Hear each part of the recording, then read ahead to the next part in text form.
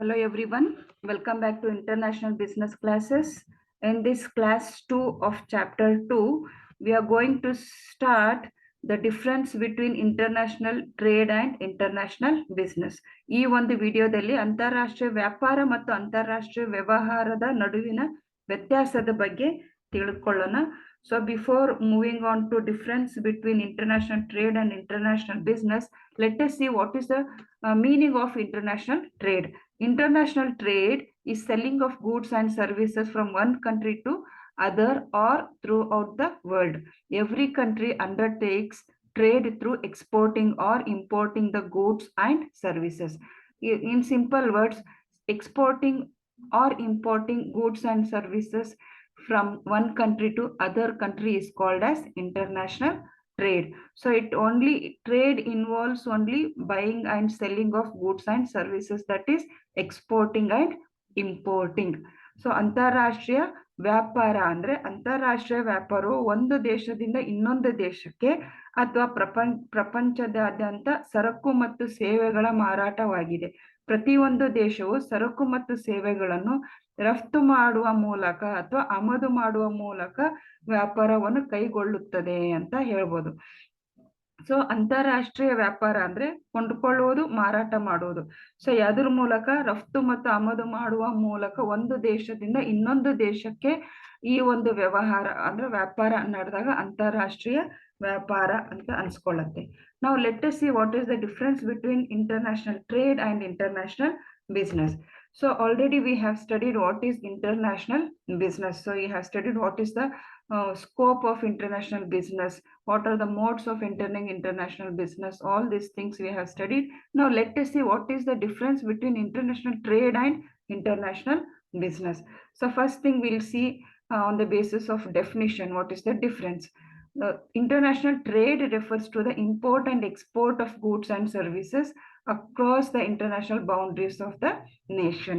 So as I said earlier, international trade refers only to import and exports of goods and services from one country to another country, whereas international business is the movement of technology, personal, trademark, copyrights, intellectual property, capital, know-how, all these things which crosses the national boundaries or which crosses the geographical boundaries of particular nation is called as international business.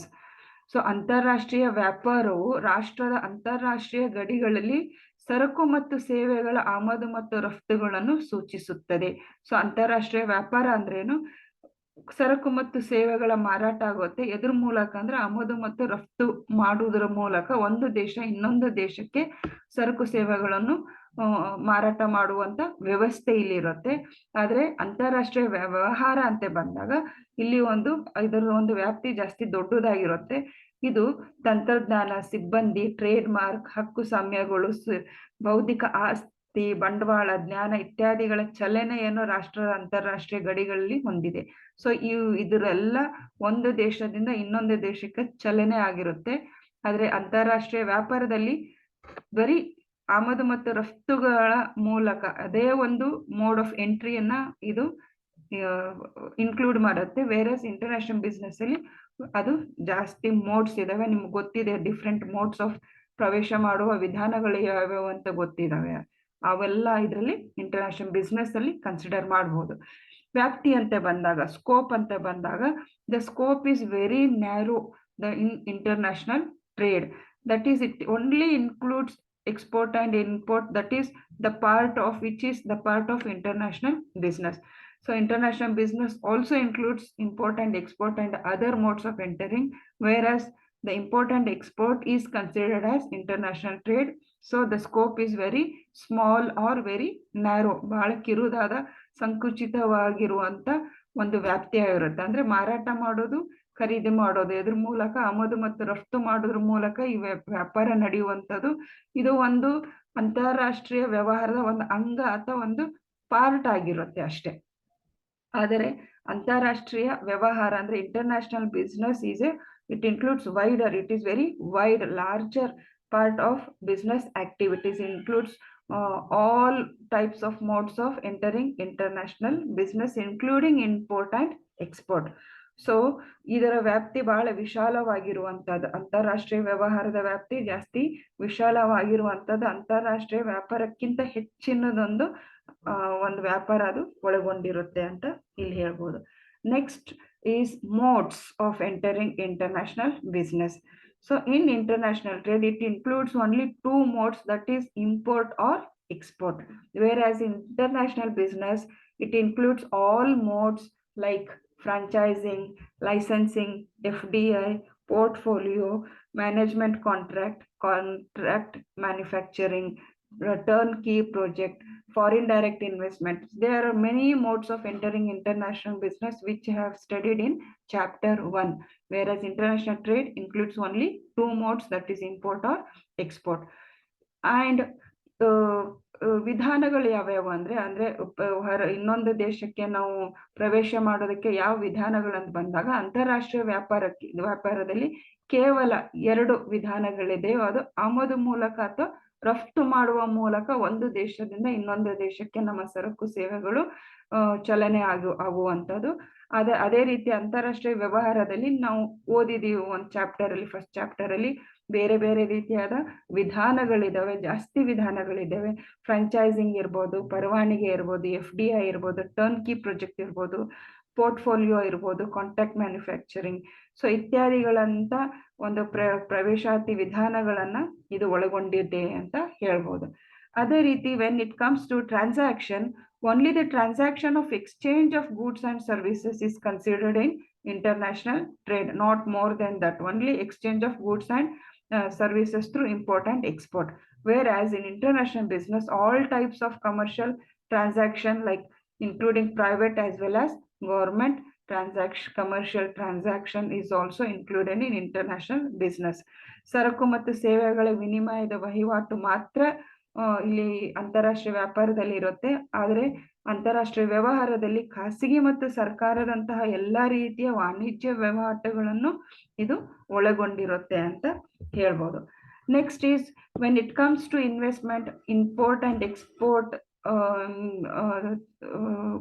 mode comes under international trade, which requires very less investment.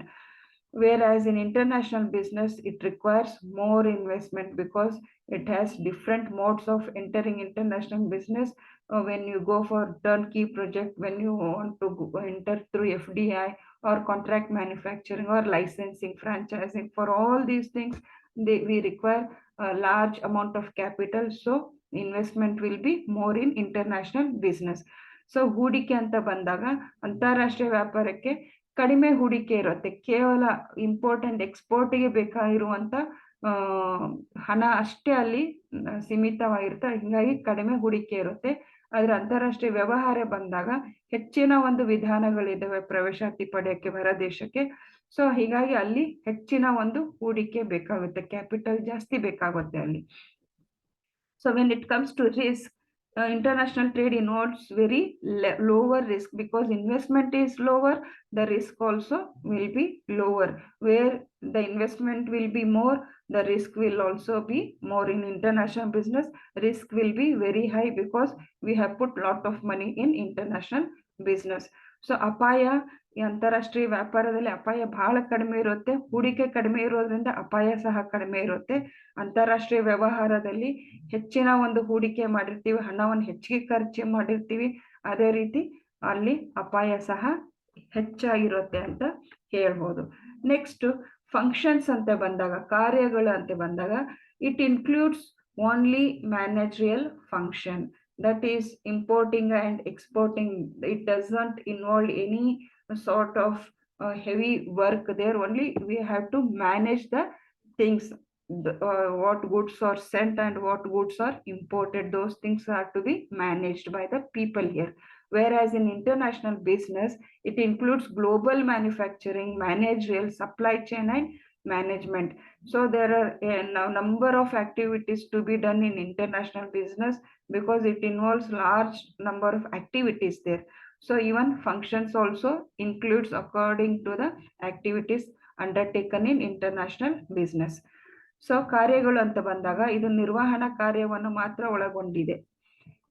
ಕೇವಲ ರಫ್ತು ಮತ್ತು ಆಮದು ಮಾಡುವ ಒಂದು ನಿರ್ವಹಣೆ ಸರಿಯಾಗಿ ಮಾಡಿದ್ರೆ ಆಯ್ತು, ಅದು ಕೆಲಸ ಮುಗಿತದೆ. ಅಂತಾರಾಷ್ಟ್ರೀಯ ವ್ಯವಹಾರದಲ್ಲಿ ಬಂದಾಗ ಹೆಚ್ಚಿನ ಪ್ರಮಾಣದ ಒಂದು ಕಾರ್ಯಗಳು ಇಲ್ಲಿ ಕೈಗೊಳ್ಳಬೇಕಾಗುತ್ತೆ. ಯಾಕಂದ್ರೆ ಇನ್ವೆಸ್ಟ್ಮೆಂಟ್ ಜಾಸ್ತಿ ಇರುತ್ತೆ, ಕೆಲಸ ಜಾಸ್ತಿ ಇರುತ್ತೆ. ಒಂದು ದೇಶದಿಂದ ಇನ್ನೊಂದು ದೇಶಕ್ಕೆ ಜಾಸ್ತಿ ಒಂದು ನಮ್ಮ ರಿಸೋರ್ಸಸ್ ಹೊರಗೆ ಹೋಗ್ತಾ ಇರೋದ್ರಿಂದ ಅಲ್ಲಿ ಕಾರ್ಯಗಳು ಒಂದು ಕಮರ್ಷಿಯಲ್ ಆಕ್ಟಿವಿಟೀಸ್ ಇರುತ್ತೆ. ಹೀಗಾಗಿ ಜಾಸ್ತಿ ಒಂದು ಫಂಕ್ಷನ್ಸ್ ಅಲ್ಲಿ ಇರುತ್ತೆ ಅಂತ ಹೇಳ್ಬೋದು.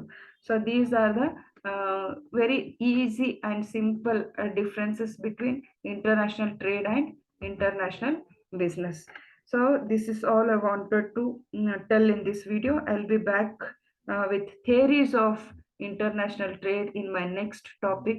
Until then, have a nice time. Thank you very much.